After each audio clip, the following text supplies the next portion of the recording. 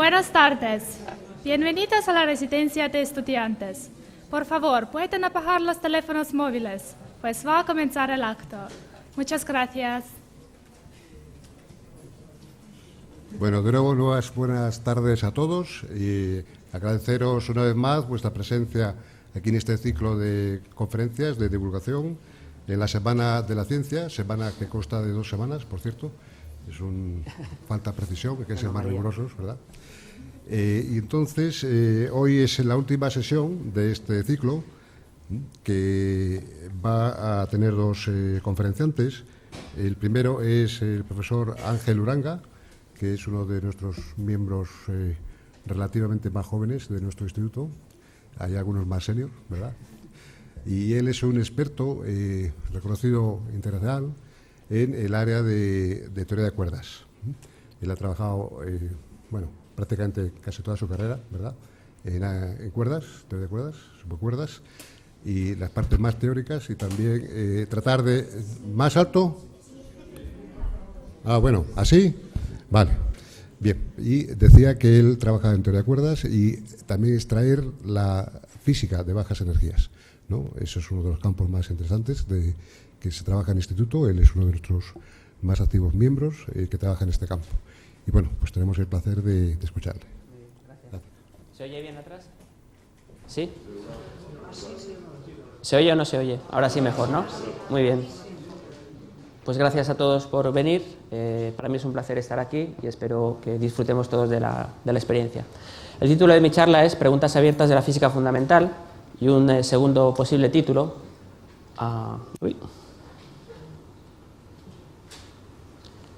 es la física fundamental en 7 preguntas, ¿de acuerdo? Lo primero que quiero hacer es explicar qué entiendo o qué se entiende por física fundamental. Es la parte de la ciencia que se ocupa de hacerse las preguntas más fundamentales que se ha hecho el ser humano desde que bajó del árbol. Por ejemplo, ¿de qué está hecha la materia? ¿Cómo es el universo? ¿De qué sustancia está hecha? ¿Ha sido eterno? ¿Tendrá fin? Al final, ¿cuáles son las leyes fundamentales del universo? Y estas preguntas la comunidad se las hace por simple curiosidad innata que tiene el ser humano, no porque busque tener mayores o mejores aplicaciones tecnológicas, simplemente es por satisfacer la curiosidad de responder estas preguntas que le surgen de la observación de la naturaleza. Por esa misma razón, el progreso, cuando uno consigue un nivel de respuestas, te lleva a niveles más profundos de respuestas, y este juego de intentar averiguar las leyes más fundamentales nunca termina, ¿no? Y esta es la gran aventura de la investigación en física fundamental. A pesar de que la investigación no está motivada por aplicaciones directas, hay muchas aplicaciones derivadas que se obtienen de las tecnologías que se desarrollan para comprobar estas ideas que se van teniendo, y una de las más conocidas es la web. Estas preguntas fundamentales, cuando uno se plantea empezar a describirlas, resulta ligeramente complicado, porque al estar en pleno desarrollo es difícil escoger cuáles son los temas que pueden ser relevantes para el futuro. En el campo de la física fundamental, las preguntas fundamentales se plantean en 2 ámbitos muy concretos: el de lo infinitamente pequeño, que es la física de partículas, y el de lo infinitamente grande, que es la cosmología. Y para presentar hoy las preguntas más activas en este campo, he pensado empezar presentando la respuesta que tenemos hoy día a estas preguntas fundamentales y planteándonos qué hay más allá. La respuesta que tenemos hoy en día a todas estas preguntas sobre de qué están hechas las cosas, cómo es el universo, reciben los nombres de el modelo estándar de partículas elementales para el mundo de lo infinitamente pequeño y el modelo estándar de cosmología para lo infinitamente grande, para describir el universo como un todo.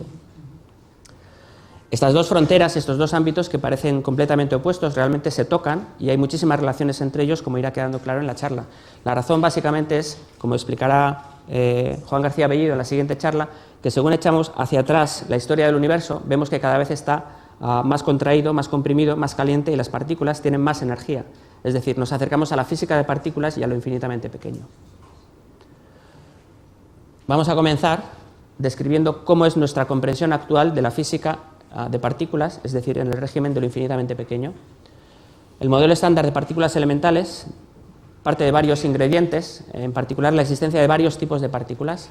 Existen partículas de materia que reciben el nombre de quarks y leptones, que describen básicamente cuáles son los ladrillos de los que está hecho la materia. La materia sabemos que está hecha de moléculas, que están hechas de átomos. Los átomos están hechos de un núcleo alrededor del cual orbitan los electrones. Los núcleos están hechos de protones y neutrones, y hoy día sabemos que los protones y neutrones están hechos de partículas más pequeñas, los quarks, que están atrapadas dentro de ellos. Esta es otra visión de las partículas elementales que sirven para construir toda la materia que nos rodea. Se agrupan en 3 familias, ¿de acuerdo? Esta es la primera familia, que contiene 2 quarks denominados U y D, que forman los protones y neutrones, y estos son los electrones que orbitan alrededor.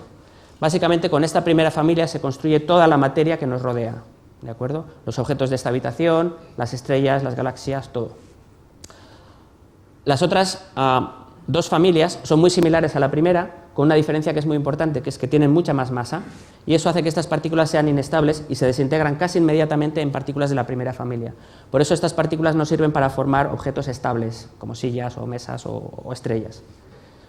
Por ello, casi todo lo que vemos está construido con partículas de la primera familia. Eso no quiere decir que estas otras partículas de las siguientes familias no existan. Existen durante breves instantes y nuestras teorías y nuestros aparatos experimentales sirven para detectar la existencia de esas partículas durante un instante efímero. Aunque ha sido muy corto, sabemos que ha estado ahí esa partícula. Además de las partículas de materia, el modelo estándar describe una serie de partículas que son responsables de las interacciones, es decir, de las fuerzas. Hay 4 fuerzas fundamentales en el universo que tienen asociadas las llamadas partículas de interacción. El fotón es la partícula encargada de mediar la interacción electromagnética, ¿de acuerdo?, que mantiene a los electrones en órbita y hace que funcionen los teléfonos móviles y los ordenadores. Las partículas Z y W son las responsables de la interacción débil, que es crucial, por ejemplo, para que las estrellas brillen, en particular el Sol, o sea que es muy importante para la vida. Los gluones son unas partículas mediadoras de la interacción fuerte, que es la encargada de mantener a los quarks unidos dentro de protones y neutrones y a los protones y neutrones dentro de los núcleos. Y por último hay una partícula hipotética, por eso tiene un interrogante, que es el gravitón, que sería la partícula mediadora de la interacción gravitacional. Le llamo hipotética y le pongo una interrogante porque esta partícula no ha sido descubierta, por lo tanto es parte de la teoría, digamos, pero no se ha comprobado directamente en el experimento.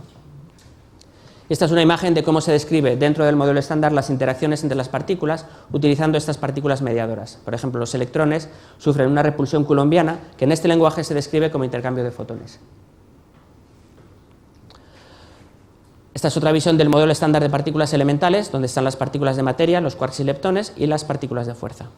Esta construcción es gigantesca, es una proeza del intelecto humano porque describe todos los fenómenos conocidos, desde nuestro rango de 1 metro de fenómenos cotidianos hasta el rango de lo que sucede dentro de protones y neutrones en el interior de los núcleos atómicos.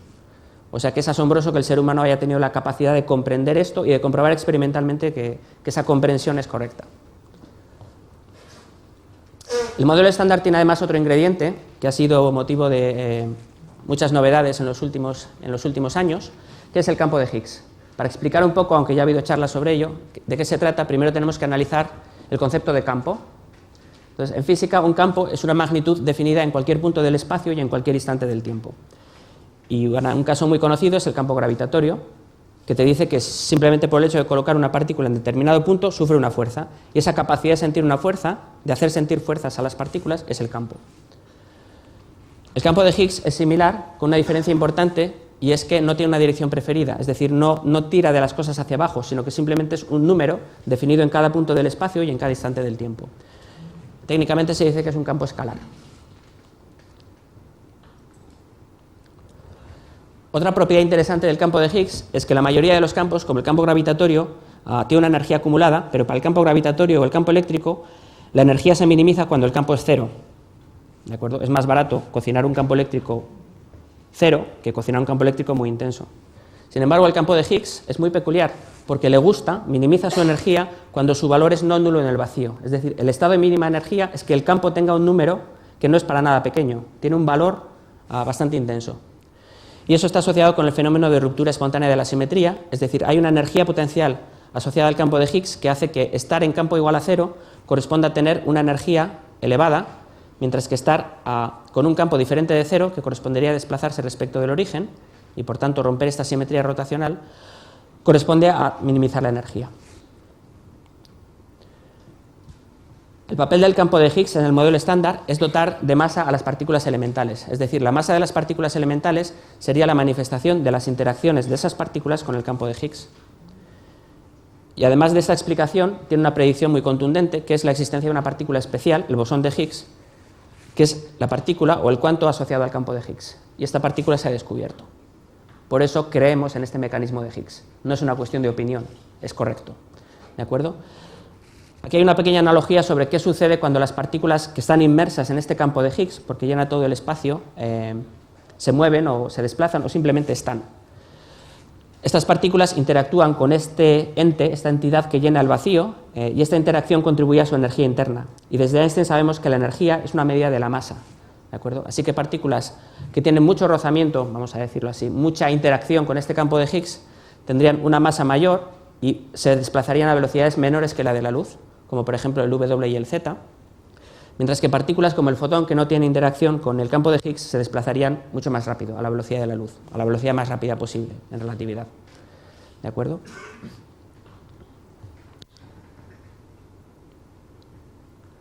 Esta es otra analogía bastante popular sobre cómo funciona el campo de Higgs y el bosón de Higgs y cuál es la diferencia entre ellas, así que la comento brevemente. En esta analogía, el vacío, el espacio vacío, que no es la nada, que está lleno del campo de Higgs, uno se lo imaginaría como lleno de personas tomando canapés en una fiesta tipo cóctel. La aparición de una partícula en este vacío, que no es la nada, correspondería a la aparición de una celebrity, como Einstein o quien fuera, en esta fiesta. Inmediatamente el grupo de admiradores o groupies se lanzan encima de él y frenan en su desplazamiento hacia la mesa de los canapés. Por lo tanto, esta partícula Einstein adquiere masa en su proceso de moverse a través de esta entidad que es el campo de Higgs. La partícula de Higgs corresponde a una fluctuación del campo de Higgs. Es decir, en este mismo vacío que considerábamos antes, con esas personas tomando canapés en su fiesta de cóctel, en lugar de entrar una partícula, lo que puede entrar es una inyección de energía, que en este caso podría ser un camarero que anuncia que va a llegar cierta celebrity a la fiesta. Entonces se forma un corrillo de rumores, gente comentando qué le van a preguntar, etcétera, etcétera, que se va propagando por la habitación. Esta fluctuación en la densidad de personas, que está muy empaquetada alrededor del rumor, sería el bosón de Higgs. Es una pequeña ola en este mar liso antes de que llegara la inyección de energía. ¿De acuerdo? Y en cierto modo esto es lo que se está haciendo en experimentos como el LHC. Se inyecta energía en el espacio vacío, acelerando protones y haciéndolos colisionar, para que exciten una pequeña ola del espacio vacío, que no es la nada, sino que está lleno de esa sustancia, de ese campo de Higgs. Y estamos intentando, se ha creado esta ola de Higgs, que en mecánica cuántica tiene una partícula asociada, que es este bosón de Higgs. ¿De acuerdo? Muy bien. Es justo decir que el mecanismo de Higgs no es solo de Higgs, sino que tiene otros padres. Concretamente, entre otros, fue propuesto además por Broad y Angler. Broad murió en 2011, por tanto no pudo ver confirmada su teoría por el descubrimiento del bosón de Higgs, pero aún así recibe nuestra admiración. Higgs y Angler han recibido no solo nuestra admiración y la confirmación experimental, sino además el Premio Nobel de Física tras el descubrimiento experimental de la partícula de Higgs en el CERN. Y quizá más importante que todos estos premios, que no dejan de ser cuestiones humanas, es que el Higgs cierra la comprensión de cómo está hecho el universo, de qué está construido y con qué interacciones se combinan las partículas, es decir, cierra el capítulo del modelo estándar. Completa nuestra respuesta a la pregunta de qué están hechas las cosas. La completa de momento, ¿de acuerdo? La charla de hoy es realmente qué hay más allá, así que volveremos a ello.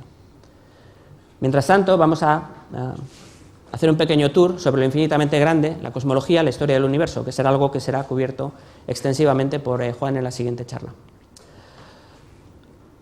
Lo que regula la estructura del universo como un todo es básicamente la interacción gravitatoria, que está dejada de lado por el modelo estándar, no la explica, por razones de las que ya hablaremos. Básicamente la interacción gravitatoria es la que enseña cómo hay que describir el universo como un todo. Esto es interesante, que hay que describirla no como lo hacía Newton, ¿de acuerdo?, con la ley del inverso del cuadrado de la distancia, sino dentro de la teoría de la relatividad general de Einstein, en la que la gravedad se interpreta de una forma muy distinta a la situación de Newton. Se interpreta como una deformación del espacio-tiempo, en la que las masas son capaces de deformar la estructura del vacío a su alrededor, es decir, el espacio-tiempo a su alrededor, la forma de medir distancias y tiempos en sus cercanías, y esta deformación del espacio-tiempo hace que cuando otros objetos se desplazan en la vecindad de objetos muy masivos, desvíen su trayectoria. En la teoría de Einstein no es porque sufran una fuerza misteriosa como la interacción de Newton, que es una interacción a distancia instantáneamente, sino porque intentan seguir la trayectoria más recta posible en un espacio-tiempo que ha sido curvado por la masa gravitante. ¿De acuerdo? Lo interesante de esta descripción es que dota de estructura al espacio vacío. El espacio-tiempo tiene propiedades intrínsecas que son su propia geometría, y esas propiedades intrínsecas pueden tener cierta dinámica.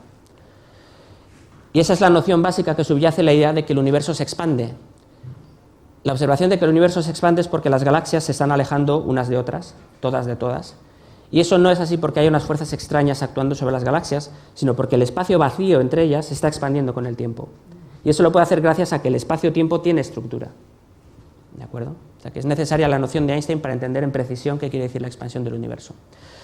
Como he dicho anteriormente, echando hacia atrás la expansión del universo, a aproximadamente 13.000 millones de años llegamos al famoso Big Bang, que corresponde a una situación primigenia en la que toda la estructura del universo conocido estaba comprimida en una región muy pequeña. Y Juan nos hablará de cómo entender apropiadamente esas condiciones iniciales de cuando nació el universo. Este modelo del Big Bang tiene muchas predicciones que hacen que nos lo creamos. De nuevo, no es una cuestión de opinión, sino que hay hechos contrastados que nos permiten decir que esta es la descripción correcta. ¿De acuerdo? Y la mejor manera de describirlos es quizá ver este panel, donde podemos resaltar algunos hechos muy importantes que llevan a mediciones observables hoy en día. Uno de ellos es el fenómeno llamado como nucleosíntesis primordial, que tuvo lugar en el primer minuto del universo, que es cuando se formaron los primeros núcleos estables. Antes de ese momento, la temperatura era tan alta que los núcleos se habían derretido en protones y neutrones. Cuando el universo se expandió y se enfrió, se pudieron formar núcleos estables, pero no demasiados. Básicamente se formó helio y los protones que quedaron sueltos quedaron como núcleos de hidrógeno y ya está. No hubo tiempo de formar nada más porque todo se alejó rápidamente de todo. El siguiente momento interesante es cuando el universo tenía 380.000 años aproximadamente, que es cuando se formaron los primeros átomos estables y el universo se volvió transparente a la radiación electromagnética. Por lo tanto, los fotones quedaron liberados, llenaron todo el universo y los podemos ver hoy día. Y nos dan muchísima información sobre los primeros instantes del universo.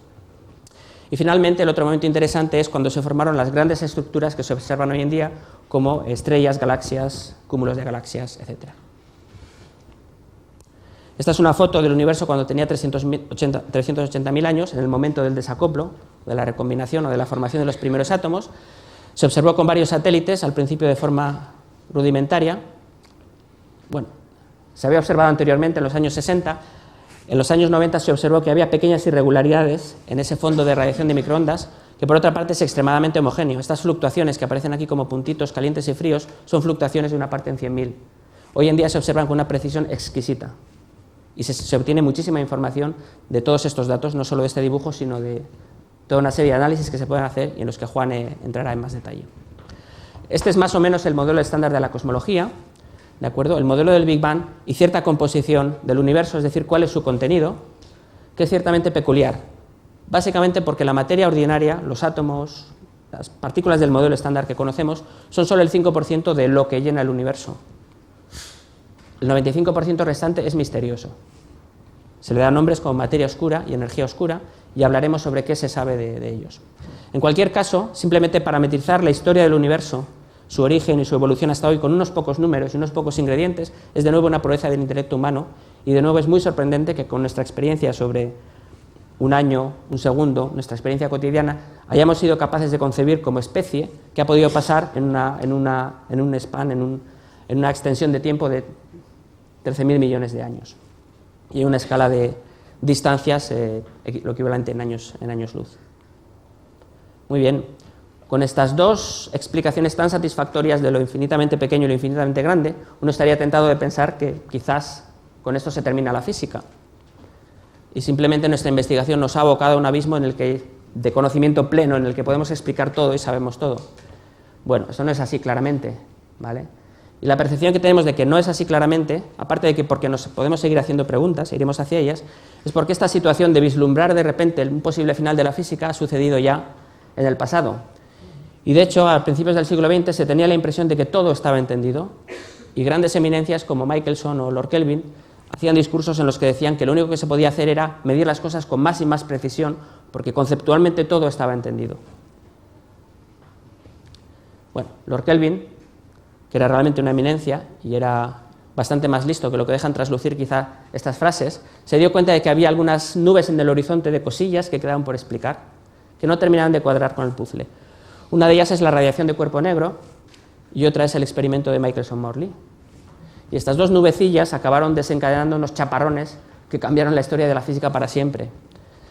El problema de la radiación de cuerpo negro, que parecía algo de interés académico y sin mayor relevancia, terminó llevando a la mecánica cuántica, a toda la comprensión sobre el comportamiento de las partículas subatómicas, al desarrollo de conceptos como entrelazamiento cuántico y a cambiar toda la manera en la que se hace tecnología, por poner un ejemplo, aparte de los cambios conceptuales a los que lleva. Igualmente, el experimento de Michelson-Morley llevó al final a desarrollar la teoría de la relatividad, o quedó explicado por la teoría de la relatividad, que ha revolucionado nuestros conceptos de qué es el espacio y el tiempo y cómo se relacionan, y nos lleva a concebir cosas como agujeros negros o la propia expansión del universo. ¿De acuerdo? Esta es una imagen de las cosas que se han aprendido durante el siglo XX, cantidad de conceptos nuevos que ni siquiera se soñaban cuando estas eminencias proponían que quizá el final de la física estaba próximo. Y he añadido aquí las más recientes, que son básicamente el bosón de Higgs, el desarrollo tecnológico que ha supuesto el LHC y los modos B primordiales sobre los que Juan comentará. O sea que ha habido desarrollos en todos los aspectos, tanto de partículas como de teoría de campos, como nuestra concepción del universo, como en la tecnología, para averiguar cómo funcionan estas cosas. Muy bien, para hablar de las preguntas abiertas que se nos presentan como posibles nubes en el horizonte que quizá nos den pistas de cómo hay que hacer la física en el futuro, he pensado plantearlo en términos de 7 preguntas. Podrían haber sido 58, pero 7 es un número bonito y manejable. Y en lugar de organizarlas de forma histórica, he pensado organizarlas de una forma más friki, en términos del mapa de Juego de Tronos. ¿De acuerdo? En Juego de Tronos hay 7 reinos, que en este caso albergan las 7 preguntas, a las que he dado varios nombres que parecen sacados de la serie de Divergente, como familias, escalas, oscuridad, vacío, origen, multiplicidad, unidad. Simplemente quiero que reflejen la profundidad de los conceptos que están detrás de estas preguntas. Además de los 7 reinos, existen las ciudades libres y el mar de los Dothrakis, donde habita la madre de dragones. Y finalmente hay una región inhóspita donde vive una amenaza latente, con acabar quizá con todas estas discordias, donde habitan los otros.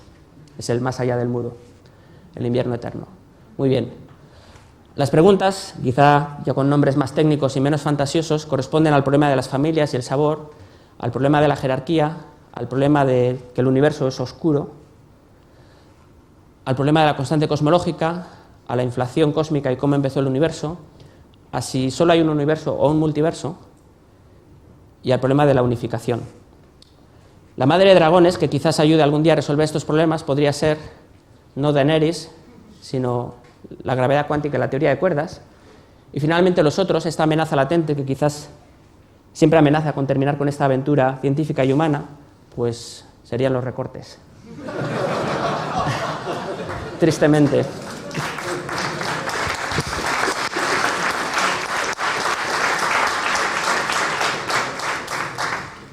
Bueno, me alegro que guste la analogía. La elección en 7 preguntas es subjetiva. Como he dicho, podrían haber sido 58, y la analogía con el mundo de fantasía de Juego de Tronos es un gusto personal, ¿de acuerdo? Hay otros gustos personales, y este quizás es lo suficientemente rico para albergar todas las preguntas que se podrían plantear en este contexto. Vamos a empezar con el problema de las familias, ¿de acuerdo? O si queréis, con el problema del sabor. Básicamente se basa en la existencia de que las familias aparecen en 3 réplicas con propiedades similares, que podría ser el ADN de los Lannister, pero seguramente con diferencias importantes, en particular en sus masas, que seguramente revelan que hay secretos en esta estructura de familias. La primera pregunta que se plantea es por qué hay 3 familias y no 2 o 1. A fin de cuentas, hemos dicho antes que todo lo que vemos, esencialmente, está formado con estas partículas. ¿Quién necesita las otras? Entonces, en palabras históricas de Rabi, el premio Nobel, ¿quién ha encargado estas otras familias de partículas? Nadie las necesita. ¿De acuerdo? Realmente no hay ninguna explicación satisfactoria de este problema de las 3 familias. Es casi el primero que a uno se le ocurre cuando ve el modelo estándar, y no hay ninguna teoría que consiga explicarlo, lo cual es fascinante. Seguramente hay grandes secretos ocultos en este 3. Esto no quiere decir que no se haya pensado en este problema. Realmente hay cosas especiales para la existencia, o cuando existen precisamente 3 familias. Por ejemplo, que existan 3 familias permite que haya una simetría entre partículas y antipartículas que viola la simetría, la denominada simetría CP del modelo estándar. Así que uno podría especular con que quizás, y se ha hecho históricamente, esto podría plantear una solución, constituir una solución para la asimetría materia y antimateria en el universo. Cuando se mira en detalle, realmente esto no funciona del todo, es decir, la violación de simetría CPE y la transición de fase del modelo estándar y cuestiones técnicas hacen que esta no sea o no parezca ser la razón por la que hay 3 familias. ¿De acuerdo? Así que seguimos sin explicación satisfactoria de por qué hay 3 familias. Al final comentaré que en teoría de cuerdas, o sea que más adelante hablaremos un poquito, de que sí se entiende que es normal que en los modelos de teoría de cuerdas haya varias familias, y aquí es donde se revela el poder de la madre de dragones, pero desafortunadamente todavía no explica por qué hay precisamente 3 familias. Es natural tener varias, pero podrían haber sido 5, 8 o 24. ¿De acuerdo? Otra pregunta que se plantea es ¿por qué las partículas tienen la masa que tienen? ¿De acuerdo? Si uno dibuja el espectro de partículas a diferentes alturas, se ve que el valor de las masas de las partículas varía enormemente. El electrón es extremadamente ligero, y los neutrinos ni siquiera me lo planteo, son ligerísimos, mientras que el top es muy pesado. Y uno podría plantearse ¿qué hay detrás de esto?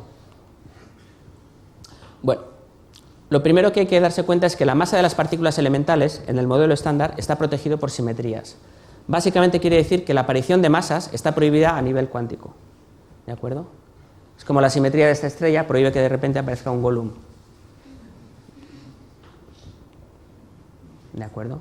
Por lo tanto, las masas de las partículas solo pueden aparecer en el proceso de ruptura espontánea de la simetría, que está controlado por el campo de Higgs. Hemos mencionado antes que cuando adquiere un campo de expectación en el vacío, rompe las simetrías, y esas son justamente las simetrías que protegen las masas. Así que las partículas tienen masas gracias al mecanismo de Higgs porque se rompen ciertas simetrías.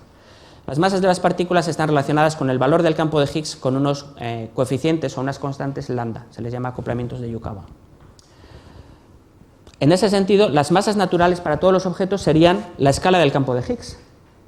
Y la escala del campo de Higgs es muy grande, es análoga a la masa del propio Higgs, alrededor de los 100 GeV, 200 GeV.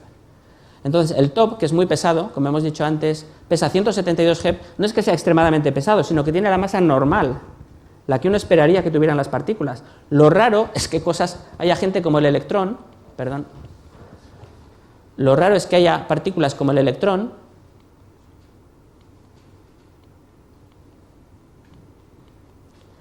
que son extremadamente ligeras.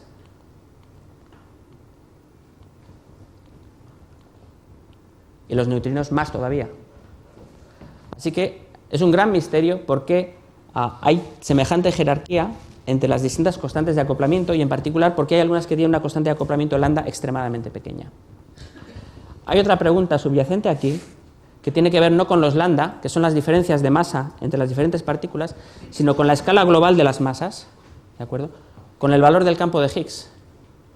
Es decir, ¿quién fija este valor del campo de Higgs? ¿Por qué tiene esa escala que tiene y no es 100 veces más grande? Y esto nos lleva al siguiente problema, que es el problema de las escalas o el problema de la jerarquía. Está asociado a la existencia de varias escalas en la física, como estas montañas en este dibujo. Básicamente existen 2 escalas muy importantes en física que se detectan, vamos a decirlo así, desde el punto de vista experimental. Una de ellas es la escala electrodébil, que está controlada por la masa del Higgs o el valor del campo de Higgs en el vacío, que está alrededor de 100 GeV. El GeV es una unidad técnica de física de partículas que no viene demasiado al caso, es cierto número. Y hay otra escala que se denomina la escala de Planck, que tiene que ver con gravedad y por tanto con la madre de dragones, que es muchísimo más alta. Son 2 escalas totalmente distintas, muy separadas. Así que uno podría preguntarse por qué hay semejante separación de escalas de masa en la naturaleza. Y concretamente si es posible mantener esta separación dentro de la teoría. La razón para hacerse esta pregunta de si es posible mantenerlas separadas es porque en la mecánica cuántica pasan muchas cosas. Y concretamente la escala electrodébil, que depende de la masa del bosón de Higgs y controla la masa de todas las partículas, es inestable bajo efectos cuánticos. Es decir, si uno calcula cómo se propaga una partícula de Higgs, que es algo que controla su masa, se ve que hay ciertas correcciones cuánticas debidas a partículas virtuales que pueden aparecer del vacío y estorbar la propagación de esa partícula de Higgs. ¿De acuerdo? Uno puede estimar cuál es el valor de estas correcciones cuánticas y ver qué orden de magnitud tienen. ¿Son del orden de magnitud de la propia masa del Higgs o están controladas por otra escala? Y esta estimación por análisis dimensional, si queréis, muchas veces da resultados correctos. En física normalmente no hay ajustes finos. Cuando uno hace una estimación por análisis dimensional, generalmente está en el orden de magnitud correcto. Por ejemplo, si uno estima cuál es el radio de átomo de hidrógeno, partiendo de los parámetros del sistema, como la carga del electrón, la masa y h barra, sale un radio que está muy de acuerdo, al menos en orden de magnitud, con el cálculo completo en mecánica cuántica, resolviendo la ecuación de Schrödinger, etc.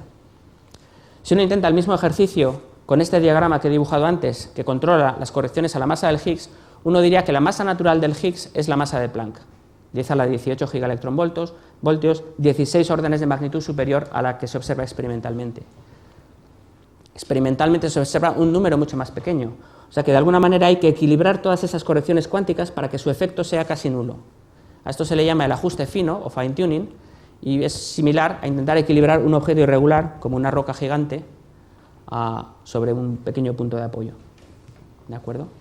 Hay que equilibrarlo ajustando muy finamente todas las cosas para que cualquier corrección no te haga que se caiga. Uno puede pensar en soluciones a este problema de la jerarquía y la más popular es la supersimetría. Es una propuesta muy elegante que todavía no se ha comprobado experimentalmente, pero se está buscando activamente comprobar las predicciones de esta teoría. La idea es que cada partícula del modelo estándar tiene una partícula compañera asociada con la misma carga, spin distinto y masa mucho mayor. ¿Vale? Reciben nombres exóticos, por ejemplo, los compañeros de los leptones se llaman s-leptones, los compañeros de los quarks s-quarks, los compañeros de los W y Z, wino, cino, compañero del fotón es el fotino y el compañero del gluón es el gluino, etcétera, etcétera. Hay toda una gramática de partículas asociadas. Si estas partículas existen, serán muy pesadas, pero se piensa que pueden estar al alcance del LHC y se buscan activamente. De momento solo se puede poner una cota experimental a la masa que pueden tener esas partículas, porque se han buscado y todavía no se han encontrado. Su masa es mayor que cierta cantidad, que aproximadamente puede ser 1000 G, es una cota típica de las que produce el LHC. Y estas partículas extra, estas partículas supercompañeras, son interesantes por algo que mencionaremos más adelante, porque proporcionan una posible explicación de la materia oscura del universo. Es una especie de bonus de esta posible solución al problema de la jerarquía. A pesar de que hemos doblado el número de partículas, en palabras de Salam, esto no es conceptualmente problemático. No es que haya que economizar el número de partículas cuando uno construye un modelo. En lo que hay que ser económico es el número de principios físicos. Y estas partículas se han introducido diciendo que la teoría tiene más simetría, lo cual siempre es bello. Aunque haya más partículas y parezca que todo es más complicado, realmente es más elegante y bonito. ¿De acuerdo? Concretamente, la supersimetría hace que la masa del Higgs sea estable frente a correcciones cuánticas. Además de estas correcciones cuánticas debidas a las partículas ordinarias virtuales fluctuando en el vacío en la propagación del Higgs, habría otros diagramas donde lo que circulan son fluctuaciones cuánticas de las superpartículas, las partículas supercompañeras, y cuando uno suma estas dos contribuciones, el resultado es esencialmente cero. Uno ha conseguido una cancelación exacta debido a la simetría, ha conseguido equilibrar el objeto para que no se caiga. La masa del Higgs está protegida y por tanto resulta natural que sea menor que la masa de Planck, porque las correcciones no van a arrastrarlo hacia ese valor, ¿de acuerdo? Y estamos hablando de una teoría más elegante porque no sufre de esta inestabilidad. Es normal, es natural, es posible mantener estas dos escalas muy separadas. Es como intentar mantener un objeto en equilibrio, pero ahora es un objeto muy simétrico, por ejemplo una peonza que gira. Una vez que la pones a girar, se mantiene, no hay que hacer nada, no hay que hacer grandes equilibrios. Lo hace casi sola, incluso si la mueves un poco recupera su posición. ¿De acuerdo? Algo interesante sobre supersimetría es que exista. También puede ser muy interesante que no exista supersimetría y que no haya ninguna física nueva quizás entre esta escala y esta escala. Y quizás haya que asumir que el mundo vive con un ajuste fino, con un fine tuning. Si no hay nueva física, sino un desierto entre estas dos escalas, pueden pasar cosas muy interesantes.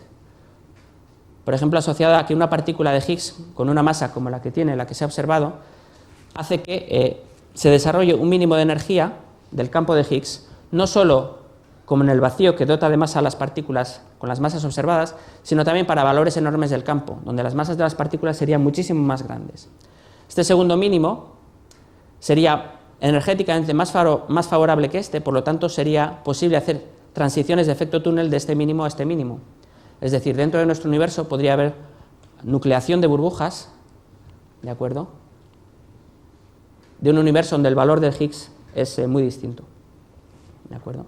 Es extremadamente improbable, así que no hay que tener miedo a que esto suceda, porque la probabilidad de esto hace que esto no haya sucedido en toda la historia del universo y posiblemente tampoco suceda hoy o mañana, ¿de acuerdo? Pero es interesante y quizás haya algo detrás de este fenómeno que explique por qué el Higgs tiene la masa que tiene o la escala que tiene.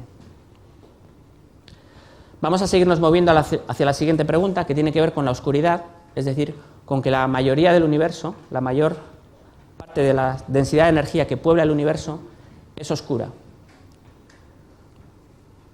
Básicamente el 95% del contenido del universo es un misterio, y recordamos lo que hemos mencionado anteriormente, hay un 25% aproximadamente de materia oscura y hay un aproximadamente 70% de algo denominado energía oscura.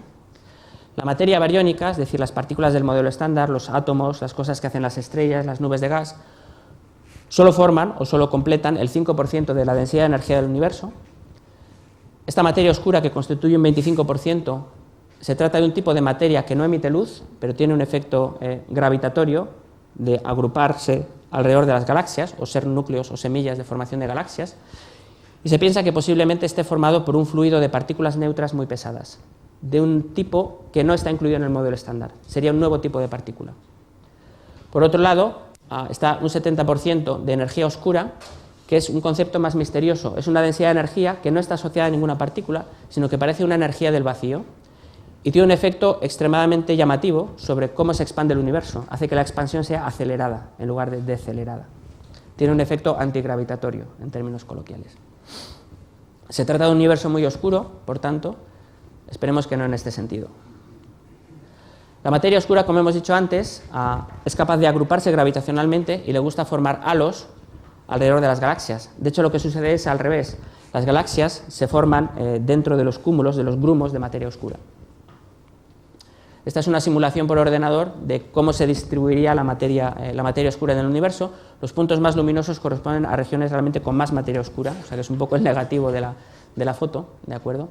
Y se puede ver que tiene una estructura muy complicada, es decir, hay un universo con un montón de estructura que nos resulta totalmente invisible. La pregunta que a uno se le ocurre, y es natural, es ¿quién es esta partícula de materia oscura? ¿Cuáles son los candidatos? Es interesante que estos candidatos existen en muchas teorías que se proponen para solucionar otros problemas. Por ejemplo, hemos dicho antes que en la teoría de supersimetría, cuando uno intenta resolver el problema de la jerarquía, aparecen nuevas partículas, por ejemplo, el neutralino, que sería una partícula supersimétrica, estable, neutra, con todas las propiedades para ser la partícula de materia oscura. Es una posible explicación. Pero hay otros candidatos. Hay otros candidatos como el axión, que es una partícula que se propone para resolver un problema denominado el problema CP fuerte, que es una pregunta abierta que he decidido no mencionar en la charla. Podría ser una de las 58 que seguramente faltan. ¿De acuerdo? Es decir, una gran pregunta abierta es ¿quién es la partícula de materia oscura? Por suerte hay varios experimentos que están intentando detectar las partículas de materia oscura y explorar sus propiedades, y quizá en unos años esto ya no sea una pregunta abierta, sino parte de nuestra respuesta. La energía oscura es más misteriosa y quizá lleve unos añitos más a entenderla. La observación es que el universo se encuentra en una fase de expansión acelerada, ¿de acuerdo? Esto se debe a que hay una componente de su densidad de energía que tiene un efecto de repulsión gravitacional, es esta energía oscura, y su naturaleza es desconocida. La posibilidad más sencilla es que sea una energía del vacío, es decir, una constante cosmológica, de la que hablaremos más adelante. Pero no es obvio desde el punto de vista experimental que sea eso lo que está ocurriendo, y hay experimentos, como DES, en el que participa Juan García Bellido, que están intentando explorar las propiedades de esta energía oscura. ¿Por qué es importante eso? Pues básicamente la energía oscura es importante porque contiene dentro de ella, de sus propiedades, el secreto de cuál es el destino final del universo. Aquí está una imagen de la carátula de Destino Final 3 y efectivamente la evolución final del universo es una especie de montaña rusa con tres posibilidades dependiendo de cómo es la densidad de materia oscura, perdón, de energía oscura. Si la energía oscura es una constante cosmológica, es decir, es constante y no varía, el final del universo no sería un final realmente, la evolución final del universo sería un Big Freeze, donde cada vez se expande más y más de forma exponencial y cada vez está más frío y no pasa nada. Cada vez sería un lugar quizás más aburrido y más desconectado. Si la energía oscura desaparece con el tiempo, porque acaba desintegrándose por alguna inestabilidad intrínseca, podríamos pensar, el futuro universo podría ser un Big Crunch, donde todo recolapsa en una imagen opuesta al Big Bang. Y si la energía oscura aumenta, la expansión del universo podría terminar o podría llevar a un Big Rip, donde el universo se desgarra en varios trozos desconectados. El tema de la energía oscura nos lleva a replantearnos nuevos aspectos relacionados con el vacío, a plantearnos preguntas asociadas con el vacío, concretamente la energía oscura y la constante cosmológica. La constante cosmológica es un objeto muy interesante que nos habla de más estructura que hay en el vacío. Hemos hablado antes que en el vacío hay el campo de Higgs, hay fluctuaciones cuánticas, también está esta energía oscura y también está esta constante cosmológica. Entrando un poco en ecuaciones, no me voy a meter demasiado, La expansión del universo está controlada por un factor de escala que simplemente nos dice cómo, según pasa el tiempo, las cosas se van separando unas de otras. ¿De acuerdo? Este A podría ser la distancia promedio entre dos galaxias. ¿De acuerdo? Y esta función A de t nos diría cómo evoluciona esa distancia con el tiempo. Esa evolución está controlada por cierta ecuación diferencial que tampoco es muy complicada. Esta es la ecuación que controla cómo se expande el universo. Es una ecuación donde está todo el universo metido, en cierto modo. O sea que es pasmoso que se pueda escribir en media línea. La constante cosmológica es una modificación que propuso Einstein de esta ecuación que es compatible con todos los principios y los conceptos de la relatividad general, ¿vale? Donde aparece un pequeño término, ¿vale? Una pequeña modificación, está aquí, por si no se ha apreciado bien, y tiene la interpretación de una densidad de energía del vacío que es constante en el espacio y en el tiempo y que genera una repulsión que se opone a la atracción gravitacional. Todas las propiedades de una energía oscura. Por eso es la explicación quizá más sencilla de qué es la energía oscura. Pero que sea sencilla no quiere decir que sea la correcta. Pero bueno, aún así, esta constante cosmológica es un objeto interesante y hay muchas cuestiones, muchas preguntas abiertas asociadas a ella. La primera es que es divergente. Tiene un problema de jerarquía peor todavía que el de la partícula de Higgs o el campo de Higgs. El asunto es que la constante cosmológica es inestable frente a correcciones cuánticas. Es decir, si uno dibuja los diagramas que corrigen el valor de la constante cosmológica, o cómo gravita el vacío, vamos a decirlo así, hay una serie de diagramas, de tal manera que si uno hace análisis dimensional, el valor natural de la constante cosmológica sería la escala de Planck elevada a la cuarta potencia. Sin embargo, experimentalmente es diminuta, es 10 a la menos 3 electronvoltios, en total, elevada a la cuarta es 120 órdenes de magnitud, más pequeña que lo que uno esperaría con esta aproximación. Son muchos órdenes de magnitud de diferencia y nadie entiende qué es lo que sucede. No hay una respuesta muy clara a por qué hay esta discrepancia entre el análisis dimensional y el resultado que uno observa en la naturaleza. Puede haber extrañas cancelaciones, cosas conceptuales de la gravedad que quizá no entendamos. Desde luego hay un ajuste fino, un fine-tuning brutal, similar al del campo de Higgs, pero con muchos órdenes de magnitud más grande. ¿De acuerdo? Y este es uno de los problemas más importantes de la física teórica en este siglo, entender qué pasa con la constante cosmológica. Esto no quiere decir que no se haya pensado sobre ello y se hayan propuesto soluciones.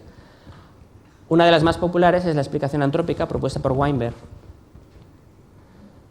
La observación es que, o el argumento es que una constante cosmológica grande impide la formación de estructuras necesarias para la existencia de observadores, por ejemplo, las galaxias. Si el universo se expande demasiado rápidamente, porque la constante cosmológica es muy grande, no hay manera de construir una galaxia antes de que el universo se haya expandido de forma acelerada y las cosas ya no se encuentren unas a otras. ¿De acuerdo? Si pensamos o consideramos algún mecanismo que sea capaz de explorar diferentes universos con diferentes valores de la constante cosmológica, y uno diría, ¿qué locura es esta? Bueno, lo sabe hacer la madre de dragones, ¿de acuerdo? Hablaremos un poquito de ello. Entonces, lo que sucedería es que en esta población de universos, cualquier observador siempre vería una constante cosmológica del orden adecuado, porque cualquier universo que tuviera una constante cosmológica demasiado grande sería incapaz de desarrollar observadores. Es un argumento muy sencillo, pero es muy controvertido, porque muchas veces parece estar más allá de la física o de los argumentos usuales en física. Lo dejamos aquí y pasamos a otro tema muy relacionado con el que comentará Juan, por lo tanto voy a ser más breve, que es cómo empezó todo, cómo fue el origen del universo, y eso está asociado con el periodo de inflación cósmica. ¿Qué pasó al principio y por qué todo se está alejando de todo? Y dices, bueno, es que salió así del Big Bang, pero ¿por qué salieron, de dónde surgieron estas condiciones iniciales donde todas las partículas se alejan de todas en esa situación inicial? O si queréis, el espacio-tiempo se está expandiendo brutalmente en ese instante. La respuesta más popular, más extendida y con mayor evidencia experimental hoy día es la inflación, que es la propuesta de que el universo experimentó una expansión exponencial de una fracción de segundo, una fracción muy pequeña, dice la menos 34, digamos, inducida por cierta energía oscura acumulada en el potencial de un campo escalar, no necesariamente el Higgs, seguramente sea otro, se le llama el inflatón. ¿De acuerdo? La gran pregunta es, ¿quién es el inflatón y cuál es su física? Esta teoría de inflación o esta propuesta de inflación explica muchas propiedades del universo, por ejemplo, que sea un universo prácticamente plano y que esté conectado causalmente.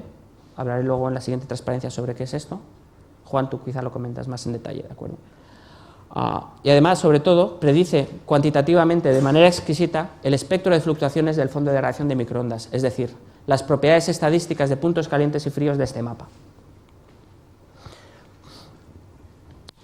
El problema del horizonte, el problema de por qué están las cosas conectadas causalmente es el siguiente. La pregunta es ¿por qué el universo es tan homogéneo, incluso en regiones que no han estado conectadas causalmente? Es decir, estos granos que se ven aquí en esta foto del universo cuando tenía 300.000 años no son la resolución de píxeles de las cámaras que han captado esta imagen, sino que corresponden a un tamaño físico existente en el universo cuando tenía esa época. Corresponde a la distancia que tuvo tiempo la luz de recorrer desde el Big Bang hasta que tuvo lugar este momento del desacoplo. ¿De acuerdo? Si imaginamos la evolución del universo temporalmente en esta dirección, con el tiempo avanzando aquí estaríamos nosotros, y echando hacia atrás en el tiempo, observando objetos lejanos, esto corresponde al universo observable que podemos ver hoy día, ¿de acuerdo? Esta foto de los satélites del fondo de radiación de microondas. Esto es el tamaño del universo cuando tenía 300.000 años que somos capaces de ver. Seguramente hay trozos de universo más alejados, pero su luz todavía no ha tenido tiempo de llegarnos. Nos llegará en el futuro. ¿De acuerdo? Pues bien, en este universo observable hay regiones que tienen una temperatura extremadamente parecida, pero esto es extremadamente curioso, porque estas regiones están desconectadas causalmente. La luz no ha tenido tiempo, desde el Big Bang hasta este instante, de viajar de un punto a otro para comunicar la información de cuál es la temperatura y ponerse de acuerdo en qué temperatura es la del universo. La inflación simplemente propone que antes de esta fase de expansión típica de un modelo de Big Bang, hubo una expansión muy diferente, una expansión superluminal, en la que el tamaño del universo aumentó brutalmente y todo el universo observable en este instante está contenido en una fracción ínfima que sí está conectada causalmente en el principio, debido a este fenómeno de inflación. Muy bien. Además de las predicciones cuantitativas sobre el fondo de radiación de microondas, con un detalle exquisito por parte de inflación, existen otras predicciones que se están buscando activamente, y en particular en marzo de este año el telescopio BICEP 2 anunció que había detectado el efecto de ondas gravitacionales primordiales en el fondo de radiación de microondas. Su origen estaría asociado al periodo de inflación cósmica y nos daría información sobre qué pasó en esa fracción de segundo inicial. Hoy en día estos datos están ligeramente cuestionados, se está trabajando mucho en confirmar o refutarlos por otros experimentos. Y Juan nos comentará más en detalle cuál es la situación y las expectativas. Lo dejamos ahí, pasamos a otra pregunta abierta, que está relacionada en cierto modo, que es el tema de la multiplicidad de universos o el multiverso. En las teorías de inflación, o en algunas de ellas, denominadas inflación caótica, debido a las fluctuaciones cuánticas del campo del inflatón, el universo inflacionario es capaz de nuclear burbujas con diferentes valores del inflatón en diferentes regiones, y estas diferentes regiones tendrían diferentes valores de la energía oscura y por tanto se expandirían de forma exponencial de forma diferente y forman burbujas que se desconectan rápidamente unas de otras. Nuestro universo observable sería parte de una de estas burbujas, porque recordemos la expansión es brutal, exponencial, y todo nuestro universo observable está dentro de una de estas burbujas inflacionarias. Por lo tanto, nuestro universo sería simplemente parte de una de estas burbujas, pero habría muchas otras en este multiverso primordial. Esta es una posible realización del multiverso motivado por inflación. Hay otras, por ejemplo, basadas en el denominado landscape. Esto está asociado a la existencia de teorías que tienen varios campos escalares con potenciales con muchos mínimos. Es algo parecido a lo que hemos visto antes con el Higgs, que tenía 2 mínimos. Hay teorías con muchos campos escalares con muchos mínimos. Por ejemplo, sucede en teoría de cuerdas, la madre de dragones, y básicamente cada mínimo correspondería a un universo posible. Si hay mecanismos que son capaces de hacer transitar la teoría de un sitio a otro, por ejemplo, efecto túnel, se podrían crear burbujas que te llevan a una imagen de multiverso. Y este es el famoso landscape o panorama de la teoría de cuerdas, su complejo conjunto de vacíos y la evolución del universo a la que daría lugar. Así que grandes preguntas son si nuestro universo es parte de un multiverso y cómo podríamos saberlo, porque a fin de cuentas en física lo que importa es contrastar todo con datos experimentales y hay maneras en las que se está intentando decidir cómo detectar esas otras burbujas que podrían estar ahí. No las puedes ver sin más, pero a lo mejor puedes ver señales de colisiones de burbujas que hayan quedado en nuestro pasado. De nuevo, es una encrucijada en la que uno tiene que decidir en qué dirección terminará yendo la física fundamental. Muy bien, vamos a la última parte de las preguntas, que está asociado con la unificación y teoría de cuerdas. La unificación es un tema constante en la historia de la física, empezando, si queréis, con cómo Newton unificó las leyes del movimiento de los objetos terrestres y los movimientos de los objetos en la bóveda celeste, hasta terminando en cómo la relatividad general unifica todos los fenómenos gravitacionales conocidos y cómo el modelo estándar unifica todos los fenómenos de física de partículas conocidos. La pregunta, en cierto modo, ahora es si es posible unificar estas descripciones de la gravedad, la relatividad general, con las descripciones asociadas al modelo estándar que se formulan dentro de la mecánica cuántica. La teoría de cuerdas es una propuesta para unificar o para describir la teoría de la gravedad dentro del marco de la mecánica cuántica, que es algo bastante complicado de hacer.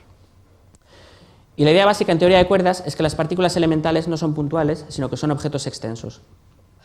Así que los objetos estarían hechos de átomos, que están hechos de núcleos y electrones, los núcleos están hechos de protones y neutrones, que están hechos de quarks, y los quarks y los electrones, las partículas elementales, no serían puntos, sino que serían pequeñas cuerdas que vibran.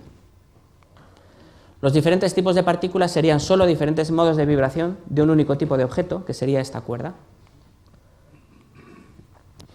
Y algo muy interesante sobre teoría de cuerdas es que siempre contienen un modo de oscilación más ligero en las cuerdas cerradas que corresponde a un gravitón. Es decir, la teoría automáticamente contiene la gravedad. Y es una teoría que es formulada cuánticamente desde el principio. Así que, por tanto, es una teoría de gravedad cuántica. Además de contener gravedad, hay otros sectores en la teoría de cuerdas que contienen partículas de materia, partículas de interacción y partículas que parecen la partícula de Higgs. O se pueden construir modelos donde eso sucede. Por lo tanto, mantiene la expectativa o la esperanza de conseguir una unificación total de todas las partículas e interacciones conocidas. Es una idea muy teórica, muy especulativa, que no se ha comprobado experimentalmente y hay pocas ideas sobre cómo comprobarla experimentalmente, pero es fascinante desde el punto de vista de resultados en física fundamental y de aprender cómo funciona la gravedad en el régimen cuántico. Algo que es interesante es preguntarse por qué es interesante esta gravedad cuántica, esta descripción cuántica de la gravedad. A fin de cuentas, la teoría cuántica describe sistemas muy pequeños, como las partículas subatómicas, y la relatividad general describe sistemas muy masivos. Y uno podría preguntarse si hay sistemas muy masivos y muy pequeños. Bueno, existen. Por ejemplo, en los primeros instantes del Big Bang, toda la energía del universo, si queréis, estaba concentrada en una escala de distancias muy pequeña, o si queréis, en las singularidades de los agujeros negros puede haber concentradas masas del orden de millones de masas solares. Detrás de toda esta cuestión de la gravedad cuántica está la escala de Planck, ¿de acuerdo? Es una escala de masas o de energías que se puede formar con las constantes fundamentales de la naturaleza. Así que es una escala de energías muy relevante y se puede interpretar como la masa necesaria o la escala de energías a la que la fuerza de la gravedad entre partículas empieza a requerir un tratamiento cuántico. Básicamente es la masa, tiene este valor que es fabuloso, ¿de acuerdo? Gigantescamente grande, mucho mayor que el accesible en cualquier acelerador, LHC o extensiones. Se puede entender como la masa a partir de la cual las propias partículas elementales se convierten en agujeros negros, ¿de acuerdo? La teoría de cuerdas completa la relatividad general a este tipo de altísimas energías, ¿de acuerdo? De forma análoga a cómo las partículas W completan las descripciones anteriores de la interacción débil. A principios de la formulación de la mecánica cuántica había una teoría denominada teoría de Fermi que describía las interacciones débiles, que tenía ciertas patologías, ciertas divergencias. Estas divergencias lo que están señalando es que había cierta física nueva que se estaba perdiendo y que no se estaba capturando. Y corresponde a la existencia de partículas, los bosones intermediarios Z y W, que existen durante un breve instante de tiempo y por lo tanto si uno no hila muy fino no es capaz de detectarlas. Igualmente, en relatividad general, uno se encuentra con cierta descripción cuántica de los procesos involucrando gravitones, etc., y lleva ciertas patologías. ¿De acuerdo? Estas patologías quieren decir que se está perdiendo cierta física y grados de libertad que no se están capturando en esta descripción. La propuesta de teoría de cuerdas es que a estas escalas fabulosas de energía hay nueva física que correspondería a las cuerdas, que de alguna manera suavizan las propiedades de estas interacciones y hacen que todo tenga sentido. La teoría de cuerdas es fascinante, pero tiene algunas peculiaridades. Es un poco rarita. Por ejemplo, le gusta vivir en espacio-tiempos que tengan 10 dimensiones. Esto no quiere decir que sean incompatibles con la observación nuestra cotidiana de que vivimos en 3 dimensiones de espacio más el tiempo. Simplemente hay que considerar que 6 de las dimensiones están compactificadas, es decir, están enrolladitas y tienen un tamaño muy pequeño y son indetectables a las energías accesibles experimentalmente. ¿De acuerdo? La analogía es pensar en un hilo. Si uno camina por encima del hilo, como la funambulista, parece que solo existe adelante y detrás, pero si uno es una hormiga, se da cuenta de que puede circular además a lo largo de la circunferencia del hilo. Lo mismo podría suceder en nuestro universo, no con una dimensión extra, sino con 6, pero formalmente es un mecanismo muy similar. Esta geometría interna, que es pequeñita e inobservable, no es irrelevante. La geometría interna determina las propiedades físicas que se observan en el mundo de 4 dimensiones. Por ejemplo, cuáles son las partículas de materia, cuáles son las interacciones, cuántas familias hay. ¿De acuerdo? Y como hay muchas posibles elecciones de la geometría interna, de cómo enrollar estas dimensiones extra en un espacio pequeñito, hay muchos posibles vacíos o muchas posibles configuraciones de la teoría que forman un landscape, como el que hemos comentado en la discusión de multiverso. Centrándonos ya en reproducir no cualquier teoría alocada, sino el modelo estándar, hay construcciones que explotan el hecho de que existen cuerdas abiertas o pueden existir cuerdas abiertas y cuerdas cerradas que son capaces de reproducir los grados de libertad del modelo estándar. Las cuerdas abiertas tienen propiedades muy interesantes, muy peculiares. Por ejemplo, no hace falta que se propaguen en las 10 dimensiones, se pueden propagar en ciertos subespacios que se denominan branas. Y las partículas de interacción corresponderían a cuerdas abiertas que se estiran entre la misma brana, y las partículas de materia, como los quarks y los leptones, serían cuerdas abiertas que se estiran entre una brana y otra brana y viven cerca de sus intersecciones. En esta descripción, el número de familias, como las del modelo estándar, correspondería al número de intersecciones entre estas branas. Y este número de intersecciones no tiene por qué ser 1. 2 branas no tienen por qué intersecarse solo una vez. Y es muy fácil imaginarse geometrías como, por ejemplo, un donus, ¿de acuerdo? Matemáticamente un toro, donde uno describe ciertas curvas que se pueden intersecar varias veces, por ejemplo, podrían ser 3. También podrían ser 27. Por eso, teoría de cuerdas permite o hace natural que exista más de una familia, porque el número 1, número de intersección 1, no es nada especial, pero no da una explicación de por qué debería haber 3 familias. ¿De acuerdo? Muy bien, teoría de cuerdas es una teoría fascinante y hay muchas posibles ideas sobre cómo se podría detectar experimentalmente que está en la dirección correcta, pero no tengo demasiado tiempo para discutirlas. Voy a lanzarme directamente a la teoría de cuerdas como madre de dragones y como capaz de domesticar toda la crudeza de los fenómenos de gravedad cuántica. Los agujeros negros cuánticos son un contexto esencial donde la gravedad y la mecánica cuántica son importantes. Son el laboratorio donde intentar entender una teoría unificada de la mecánica cuántica y la gravedad. En los agujeros negros cuánticos hay muchos fenómenos, como la radiación de Hawking, donde de repente un agujero negro se vuelve gris y es capaz de emitir, ¿de acuerdo?, con cierta temperatura, que para agujeros negros grandes, astrofísicos, por ejemplo, es absolutamente despreciable. Por ejemplo, para un agujero negro de una masa solar, imaginando que existiera en la naturaleza, sería 60 nanokelvin, ¿de acuerdo? Los agujeros pequeños son mucho más calientes. Un agujero negro de una masa lunar tendría 2,7 Kelvin. Estaría en equilibrio con el fondo de radiación de microondas. Por tanto, los agujeros negros astrofísicos están tan fríos que no emiten nada. Lo que hacen es chupar las estrellas, las nubes de gas que le rodean. Esta evaporación, aunque sea simplemente académica y no suceda realmente en la naturaleza, o de forma observable, es interesante desde el punto de vista académico porque lleva a paradojas, de las que seguramente os habló César, o a las personas que estuvisteis en su charla ayer, como el denominado problema de la información. La idea básica es que uno puede empezar con un agujero negro, arrojando dentro de él diversas cosas para formarlo, y ese agujero negro se evapora y pierde toda la información de cómo se formó. Así que podría haber estado formado echando gatos, o acumulando gatos, o páginas de la Enciclopedia Británica. ¿De acuerdo? Y este fenómeno, por argumentos que no tengo tiempo de discutir, en los que no tengo tiempo de entrar, lleva a una violación de unitariedad en la mecánica cuántica. Es decir, las probabilidades totales de los sucesos no son iguales a 1, lo cual es una paradoja, es una contradicción. Hay propuestas sobre cómo se podría resolver esto. Está asociada a cómo es la entropía de un agujero negro, que no deja de ser un sistema termodinámico con su temperatura, que describen básicamente que las propiedades de un agujero negro estarían codificadas en la información en su horizonte, en la superficie que lo rodea. Y justamente en teoría de cuerdas se observan estas propiedades. En teoría de cuerdas se pueden construir agujeros negros no con gatos ni páginas de enciclopedia, sino con estas de branas, ¿de acuerdo? Y si uno acumula muchas, y hay suficientemente acoplamiento lo bastante fuerte, se acaba formando un agujero negro. Pero los agujeros negros en teoría de cuerdas tienen información sobre qué los ha formado. Se suele decir que tienen pelo. Y este pelo se sitúa en el horizonte del agujero negro. Es decir, los agujeros negros en teoría de cuerdas codifican su información en la frontera, en la superficie que los rodea. Y esto hace que se realicen en teoría de cuerdas de forma muy explícita este fenómeno de holografía, donde un sistema gravitatorio, toda su información queda codificada en la superficie que rodea al sistema.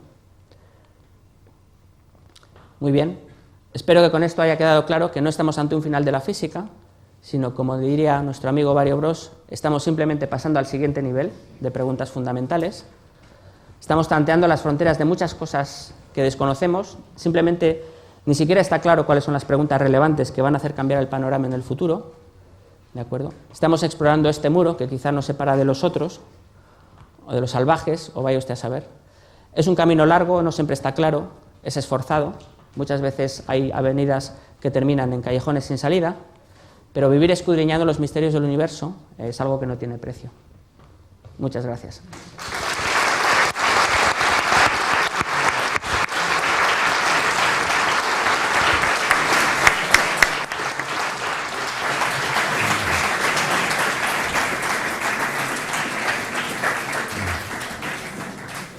Bueno, muchas gracias, Ángel, por tan magnífica charla. Y bueno, pasamos al turno de preguntas. Veo allí una Ángel. Espera el micrófono.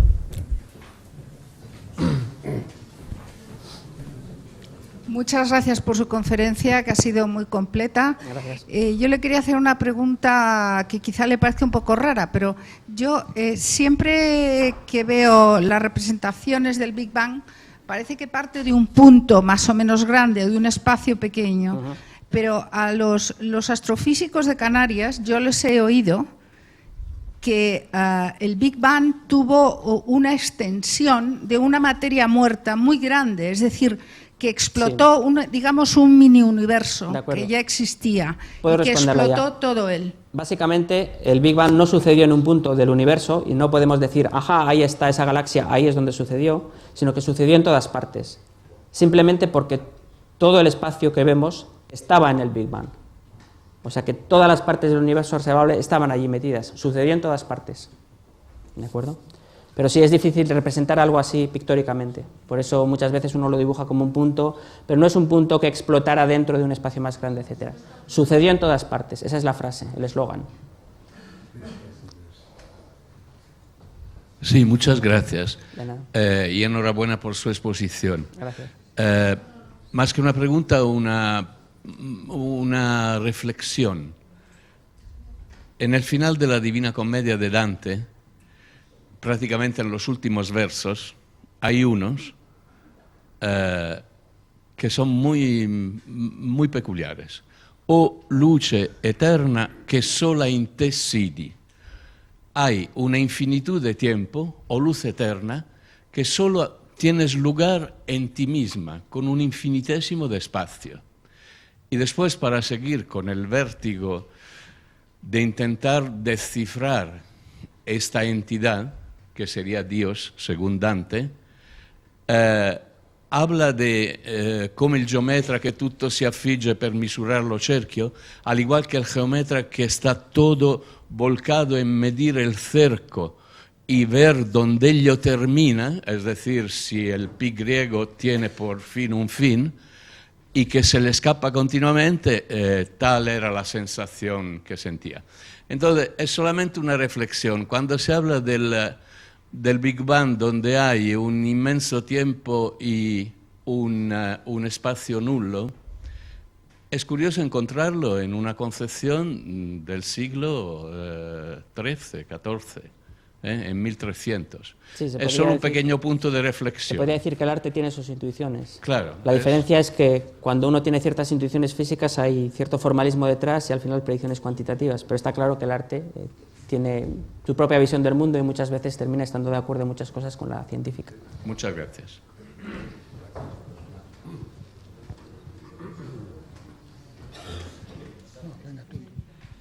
Hola, buenas tardes. Muchas gracias por la exposición que nos ha dado. Quería hacerle una preguntita. Estas cuerdas, no sé si ustedes saben de qué están hechas, lógicamente, y no sé cómo... La respuesta rápida es, están hechas de lo mismo que están hechas las partículas. Una partícula puntual, ¿de qué está hecha? ¿Y quién las hace vibrar y por qué pueden vibrar de modos infinitos? Básicamente una manera de pensar en de qué están hechas las partículas o de qué están hechas las cuerdas es energía condensada. ¿De acuerdo? Sí, pero ¿cómo es se una modula? forma de energía. ¿Cómo se modula la vibración? Porque tendrá alguna La manera de vibrar es cualquier posible, depende de la energía que esté accesible. Vamos a ver, si yo, por ejemplo, tengo una lámpara y emito una línea de fotones, Esos serán, al final, cuerdas fundamentales los que vayan por ahí. Pero ¿se podrían convertir en electrones en un momento determinado por el cambio de vibración? Las cuerdas tienen un espectro discreto que podría ser análogo al espectro atómico. Lo que pasa es que el salto entre unos niveles y otros es gigantesco, es del orden de la escala de Planck. Por lo tanto, solo vemos el estado fundamental de vibración de las cuerdas. ¿De acuerdo? Pero pueden cambiar y esa hay sus vibración. reglas de selección y sus interacciones, y esas interacciones son precisamente las que reproducen las del modelo estándar. No, quiero decir, ¿pueden cambiar esa vibración durante el tiempo? Justamente con las interacciones del modelo estándar. De la misma manera que un muón se puede desintegrar en un electrón emitiendo otras partículas. Apasionante. En las fronteras quizás de las preguntas que has planteado, a mí me gustaría preguntar como físico el asunto de la conciencia, ¿no? Sabes que Roger Penrose, en sus estudios físicos también, y él plantea que en la frontera de la física, para explicar la conciencia, el libre albedrío, etcétera, plantea, relacionado con el teorema de Gödel y con campos de coherencia cuántica, la posibilidad de que se descubran nuevas leyes de la física que expliquen, por así decirlo, la conciencia. ¿Esa sería una de las fronteras de la física fundamental, o la física fundamental se olvida completamente de ese problema? La conciencia yo creo que tiene que ver con otro tipo de física, que es la física de la complejidad, la de, a partir de principios muy sencillos, cómo formar comportamientos colectivos que sería muy difícil de demostrar o de encontrar a partir de los principios fundamentales, es decir, serían principios emergentes. Y el funcionamiento del cerebro, el conocimiento, etcétera, sería este tipo de fenomenología. O sea que es una física muy interesante, no la catalogaría de fundamental en este sentido, aunque es muy importante en otros aspectos.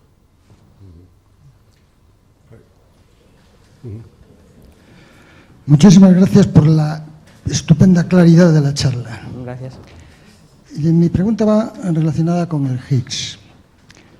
Cuando hacemos los cálculos nos encontramos que el Higgs debería ser tremendamente energético, escalas de Planck, pero nosotros lo que hemos visto son las escalas TeV.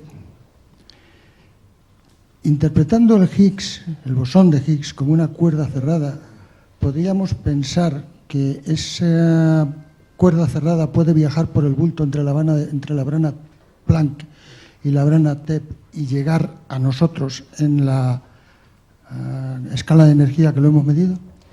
Es una pregunta un poco técnica que tiene que ver con un modelo concreto de dimensiones extra. Quizá prefiero contestarla después en privado, porque es ligeramente más técnica que el nivel quizás prefiramos para la audiencia. Bueno, profesor, enhorabuena por la exposición. O sea, se ha pasado el tiempo volando, literalmente. Gracias. Y eso ya es un síntoma de la calidad, ¿no?, de lo que has puesto. Me ha dado la sensación a lo largo de toda la charla de que la madre de dragones es muy importante para usted, y en su trabajo diario, digamos, que por también la introducción que le ha hecho el profesor, ha sido, o sea, y es muy importante. Entonces, para concretar el tema respecto de lo que es su trabajo y sus líneas de investigación, ¿puede hablarnos un poquito de, digamos, el nivel de energías que tenemos accesible? ¿Qué posibles, digamos, pruebas podemos atisbar de que vamos bien encaminados si seguimos desarrollando la teoría de cuerdas, entendiendo que el landscape que nos plantea es de una cantidad infinita prácticamente de universos matemáticos, por así decirlo, y la mayoría de ellos, por no decir casi todos, a lo mejor no tienen absolutamente nada que ver con nuestro universo, el que tratamos de explicar? Vale, varios niveles de contestación. El primero, mi sesgo hacia la madre de dragones es personal. Si esta charla sobre física fundamental la hubiera dado una persona que no trabaja en cuerdas, sería posiblemente muy distinta. Mi intuición es que hay cosas importantes que teoría de cuerdas puede decir, y de esta manera lo he presentado. Sobre concretamente qué datos experimentales podrían confirmar la teoría de cuerdas, la teoría de cuerdas tiene predicciones, pero son incomprobables, salvo que haya mucha suerte en experimentos a las energías que tenemos accesibles tecnológicamente. Como suele decirse, es una limitación tecnológica nuestra, no es culpa de la teoría de cuerdas. Pero aún así es una pregunta que uno debería hacerse, es decir, ¿qué se podría observar que a uno le dijera, tate, la teoría de cuerdas es correcta? Es muy difícil encontrar este tipo de señales tipo smoking gun, ¿de acuerdo? Existen, pero habría que tener mucha suerte para detectarlas. Por ejemplo, una de ellas sería detectar una cuerda cósmica, ¿de acuerdo?, que si hubiera sido una cuerda fundamental pequeñita en el origen del universo que se ha estirado hasta distancias cosmológicas y se ve hoy en día, etcétera, y se puede detectar. Se buscan activamente, de vez en cuando salen anuncios diciendo que se ha detectado algo parecido y luego al final queda en agua de borrajas. O sea que existen señales que podrían encontrarse, pero no existe ninguna que debería encontrarse necesariamente y te permite o confirmar la teoría o descartarla ya.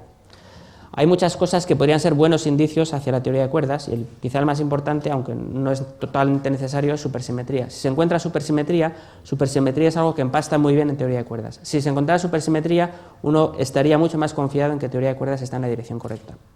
Lo cual, desafortunadamente, no quiere decir que si no encuentra supersimetría, teoría de cuerdas está descartada. Por tanto, es muy difícil de falsear la teoría. Es otra gran pregunta abierta. A ver, por allí, ¿hay una preguntilla? Sí, buenas tardes y enhorabuena por la conferencia. Gracias. Y de acuerdo con usted, eso es una proeza apasionante en la historia de la humanidad, lo que se está consiguiendo. Para mí, solo cercana al arte. Lo que pasa es que el arte se desarrolla de modo individual y la ciencia, bueno, de forma un poco colectiva. Ayer le preguntaba a un compañero suyo por lo más pequeño, hurgando en lo más pequeño, porque el tamaño de un quark, creo recordar 10 a la menos 16, hasta la longitud de Planck había como 18 o 20 órdenes de magnitud y podría existir un bestiario a su vez de partículas más pequeñas que los quarks. Hoy me voy por lo más grande. La inflación, por supuesto, superó con mucho la velocidad de la luz. Me parece que he leído 10 a la menos 34 segundos. Por un lado. Segunda pregunta, rápido. ¿Cómo contemplan los físicos lo que está fuera de la elipsoide de 13.8 gigaaños luz, o sea, lo que es el universo?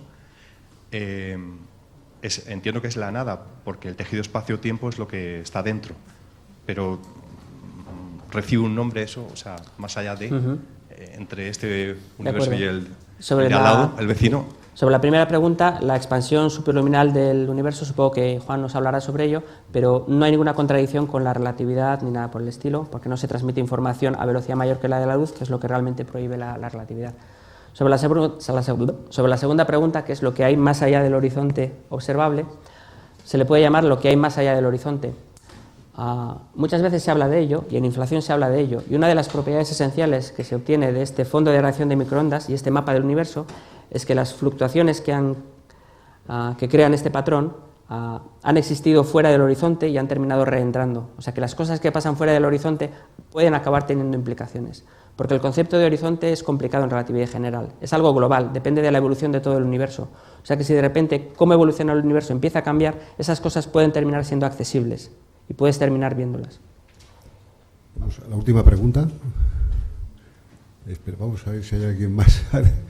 Mira, aquí hay personas, sí.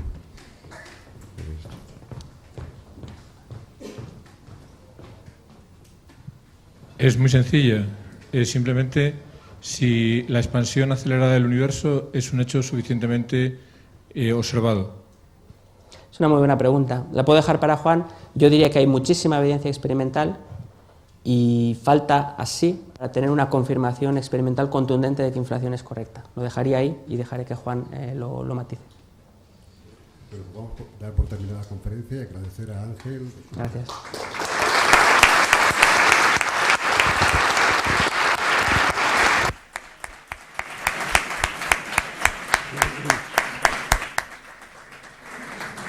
Regresamos en 15 minutos.